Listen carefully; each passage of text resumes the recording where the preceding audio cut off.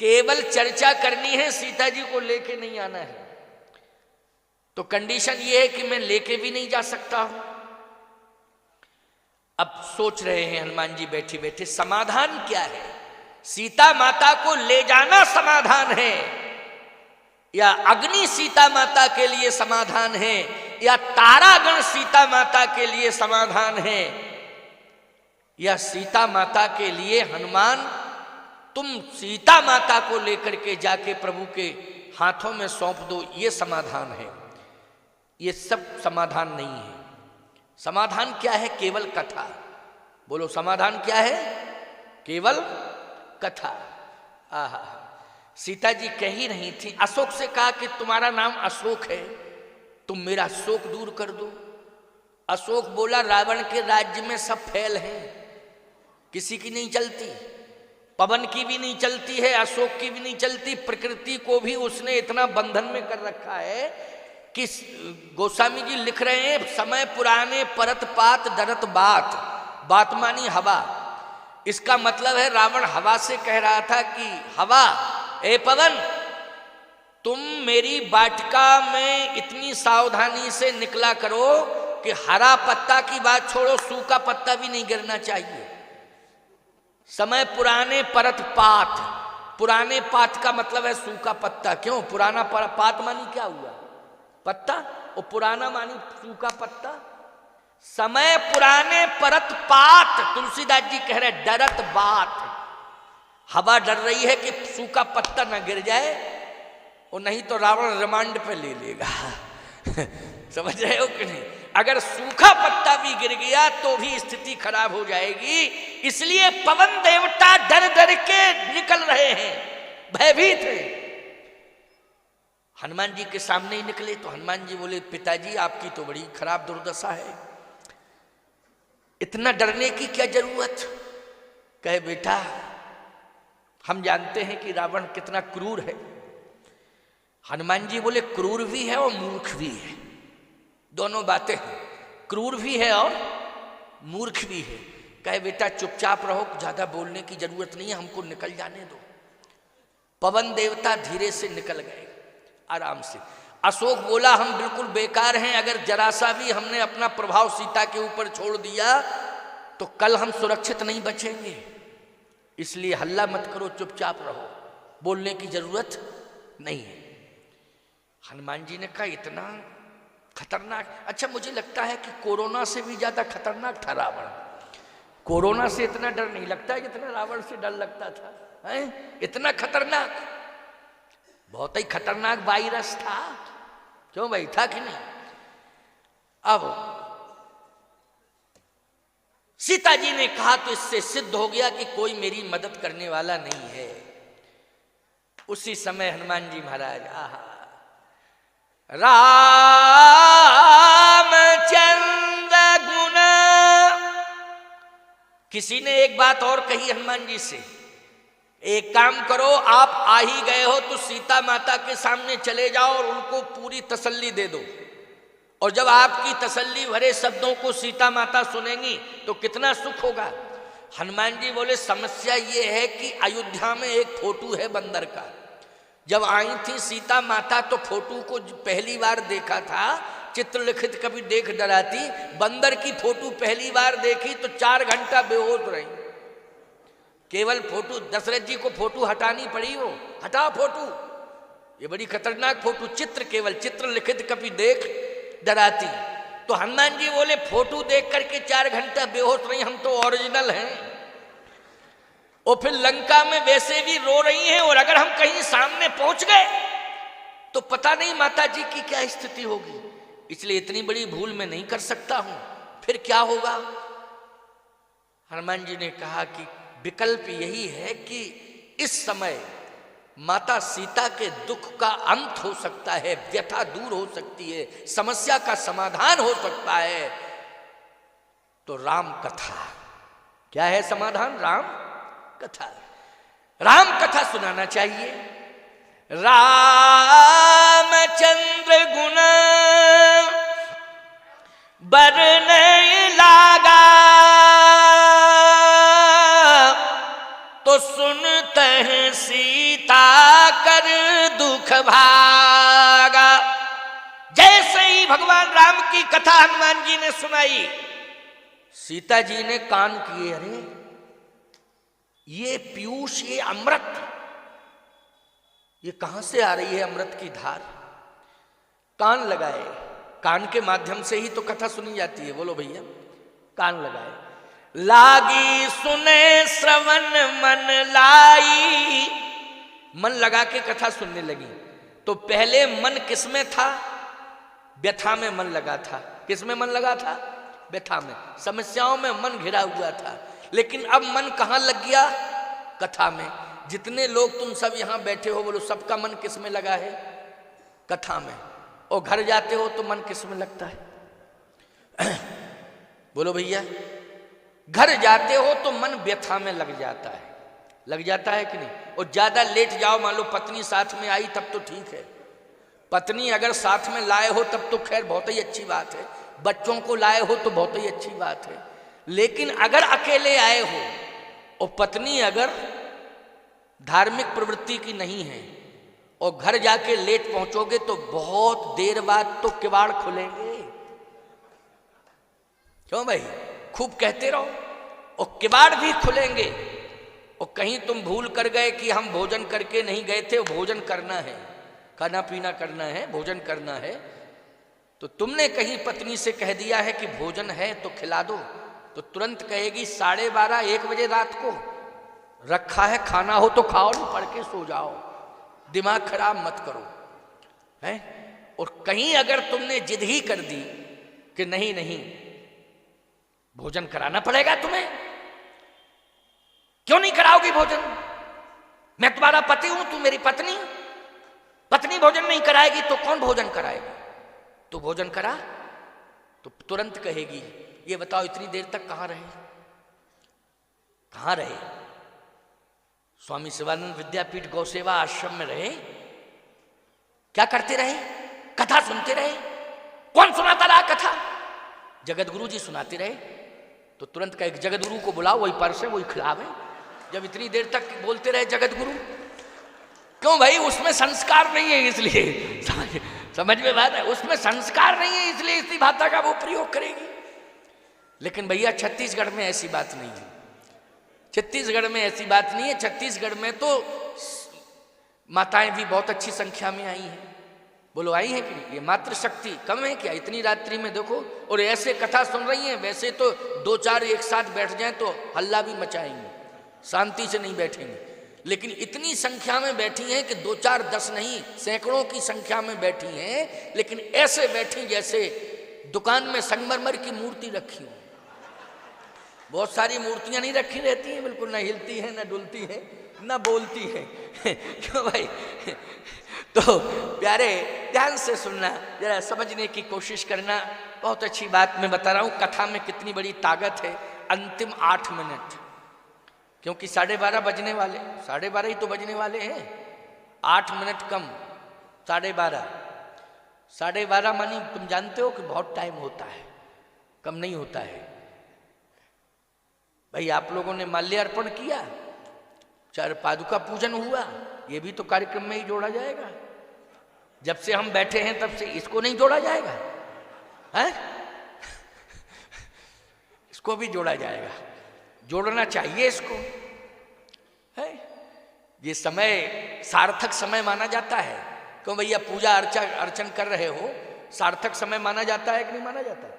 भगवान का चरण पादुका का स्तवन किया, दर्शन किया आपने, संत बैठे हैं घंटों से दर्शन कर रहे हैं, इससे बड़ी बात और क्या हो सकती है? ये आपके जीवन का सौभाग्य है, भाग्य नहीं, सौभाग्य है। भाग्य से तो आपको धन संपत्ति मिल जाती है। क्यों भैया? भाग्य से क्या संपत्ति मिल जाएगी? भाग्य से आपको कोई राजनीतिक पद मिल जाएगा, भाग्य से आपको कोई बहुत अच्छी नौकरी मिल जाएगी, प्रशासनिक सेवा से आप जुड़ जाएंगे। लेकिन जब संत का दर्शन हो जाए, वो संत वाणी सुनने को मिल जाए, उसी समय भाग्य सौभाग्य में बदल जाता है। तो यहां आप सबका भाग्य नहीं, सौभाग्य है। क्या है? सौभाग्य। ये बहुत बड़ी बात है। तो आइए सुनिए जरा, 8 मिनट की बात सुन लो ध्यान से। हनुमान जी ने कहा कि एक ही विकल्प है कि कथा सुनाए, और सीता जी ने कथा सुनी। ओ ऐसी सुनी कथा कि सुनने में मन लग गया। मन कहाँ लग गया? कथा सुनने में। पहले मन लग रहा था कि तारा तुम अग्नि बन जाओ, त्रिजटा तुम आग ले आओ, क्यों यही मन जा रहा था ना। लागी सुने श्रवण मन लाई,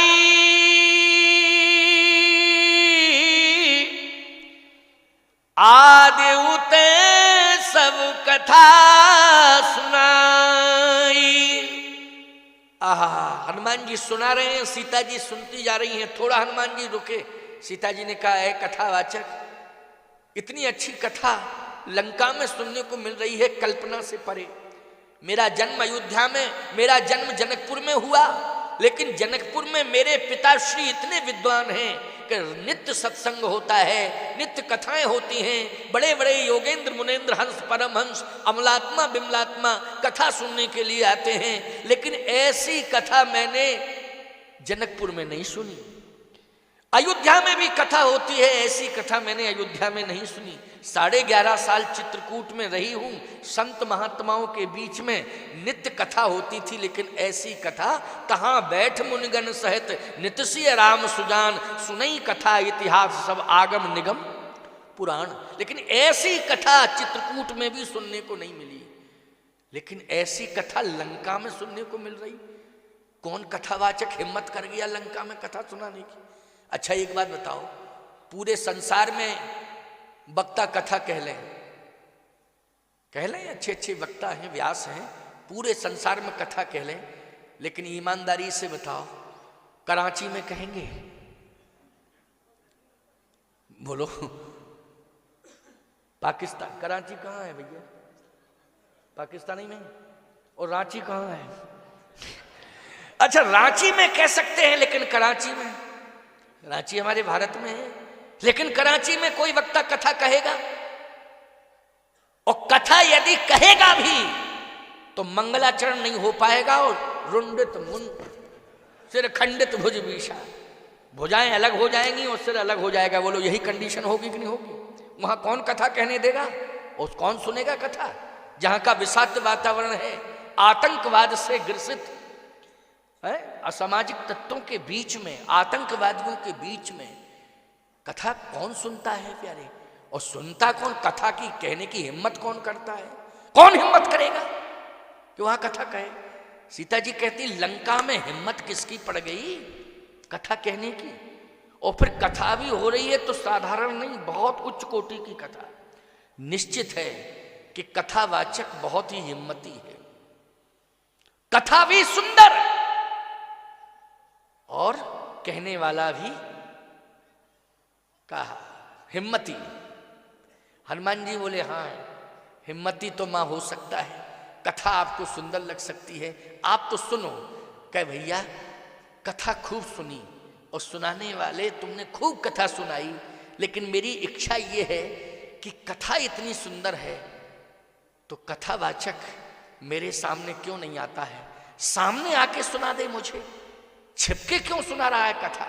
हनुमान जी बोले इसलिए कि कथा ही कथा सुंदर है, सुनाने वाला तो बंदर है, इसलिए नहीं आ रहा हूं माता जी कि सुनाने वाला बंदर है, कथा ही कथा सुंदर है। देखो सीता जी के भय को कथा ने दूर कर दिया। बोलो सीता जी के भय को किसने दूर किया? कथा ने। लंका में भयभीत थी, अयोध्या में चित्र देख करके भयभीत थी, चित्र लिखित कभी देख डराती। अयोध्या में चित्र देख करके भयभीत थी बंदर का, और लंका में राक्षसों के बीच में भयभीत थी। लेकिन विचार करना कथा ने सीता जी का भय दूर कर दिया कि नहीं किया? दूर कि नहीं किया भय? लागी सुने श्रवण मन लाई, आदहुते सब कथा सुनाई। सीता जी कहती हैं भैया तुम कुछ भी हो, कोई भी हो, लेकिन मेरे सामने आ जाओ। हनुमान जी ने कहा बंदर हूं, क्लियर बोल रहा हूं माता जी, बंदर हूं। सीता जी ने कहा तुम बंदर हो, लेकिन तुम्हारी कथा इतनी सुंदर है, चेहरे से तुम बंदर हो। सीता के सामने रूप का महत्व नहीं है, सीता के सामने रूप का महत्व नहीं है। सीता के सामने, राम के सामने, सीता राम के सामने अगर महत्व है तो रूप का महत्व नहीं है, चरित्र का महत्व है। तुम चरित्रवान हो, तुम्हारे जैसा संसार में कोई चरित्रवान नहीं है, इसलिए तुम प्रकट हो जाओ मेरे सामने। इससे सिद्ध हो गया कि किसकी पूजा होती है? चरित्र की पूजा होती है। कीमत किसकी होती है? चरित्र की कीमत होती है। ईमानदारी से बताओ सम्मान किसका होता है? बोले चरित्रवान का होता है। भगवान भी चरित्रवान का सम्मान करता है। सीता माता ने कहा कि तुम तो प्रकट हो जाओ। हनुमान जी ने कहा माता जी आप कह रही हैं बार बार, तो मैं आपके कहने से आ रहा हूं, लेकिन क्षमा करना जो मेरा रूप है वही रहेगा। कहे वही तो, जो वास्तविक रूप है वही रूप लेकर के आओ। निर्मल मन जन सो मोहि पावा, मोह कपट छल छिद्र न भावा। जो रूप है वही रूप लेके आओ। क्यों भैया, मैंने आपको क्या बताया था? यही तो बताया था कि रूप श्रृंगार का संबंध सुविधाओं से है।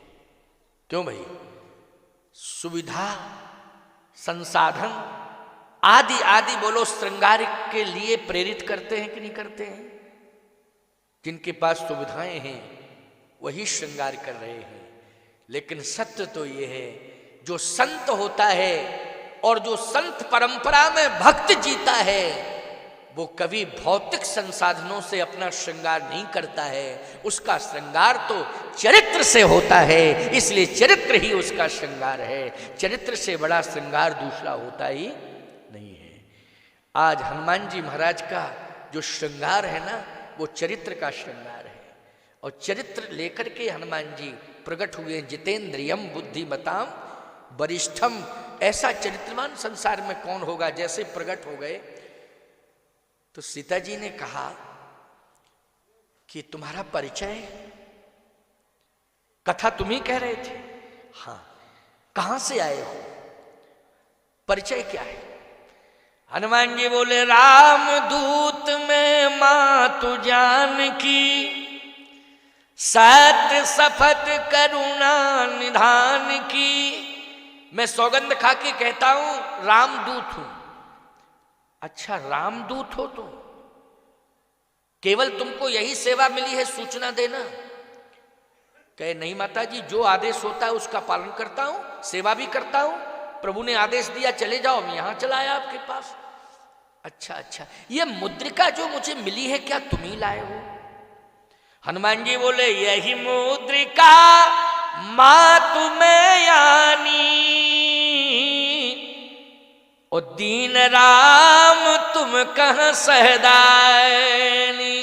ये मुद्रिका प्रभु राम ने ही मुझे दी थी। अच्छा अच्छा अच्छा, तो मुद्रिका लेकर के तुम आए हो, रामदूत हो? हाँ, रामदूत हो। किस लिए भेजा है मेरे पास? क्या कथा सुनाने के लिए कि कथा सुना के आना? हनुमान जी बोले नहीं, कथा का प्रोग्राम तो एकाएक बन गया। नहीं, यहां वातावरण कहां था कथा का? कथा यहां कौन सुनता और कौन सुनावे कथा? फिर कहे यहां आकर के माता जी आपको देखा तो मूड बन गया कथा कहने का। अच्छा, तुम मेरे पास क्यों आए हो? कहे मुद्रिका लेके आया हूं। मुद्रिका लेके तुम आए हो, लेकिन इस मुद्रिका का उद्देश्य क्या है? यह मुद्रिका का उद्देश्य क्या है? हनुमान जी ने कहा माता जी बतावें, जीवन में अगर दो बातों को कोई स्वीकार कर ले तो सत्य कहता हूं भय से मुक्त हो जाएगा। वो कौन कौन? या तो राम कथा या राम का नाम। क्यों भैया? राम का नाम या राम की कथा। तो मैंने आपको राम की कथा सुनाई, और ये मुद्रिका आपको इसलिए दी है, प्रभु ने भेजी है कि ये मुद्रिका देखने में लग रही है, लेकिन राम नाम अंकित अति सुंदर है, इसमें राम नाम अंकित है। तो सीधी सी बात यह है कि राम का नाम और राम की कथा, इन दोनों ने ही आपके भय को मुक्त कर दिया। जबकि मुद्रिका हाथ में ली थी भैया, तो कपिकर हृदय विचार दीन मुद्रिका डार तव जन शोक अंगार लीन हरस उत्कर गयो चकित चितौ मुद्री पहचानी हरस विषाद हृदय अकुलानी। मुद्री को देख करके घबरा गई, अकुला गई, हरस। ये मुद्री जीत को सके अजय रघुराई, माया तेस रच नहीं जाई, सीता मन विचार कर नाना। अनेक प्रकार की भ्रांतियां हो रही थी। तब हनुमान जी ने कहा अकेले राम नाम से काम नहीं चलेगा, राम कथा भी सुनानी पड़ेगी। राम कथा, एक बात बताएं भैया, एक सिक्का होता है, सिक्का, सिक्का होता ना, उस सिक्के में पहलू दो होते हैं कि नहीं होते हैं? है? होते हैं। एक सिक्के पर 10 का अंक बना है या 5 का अंक बना है, क्यों बना है? या 1 का बना या 2 का बना। दूसरी तरफ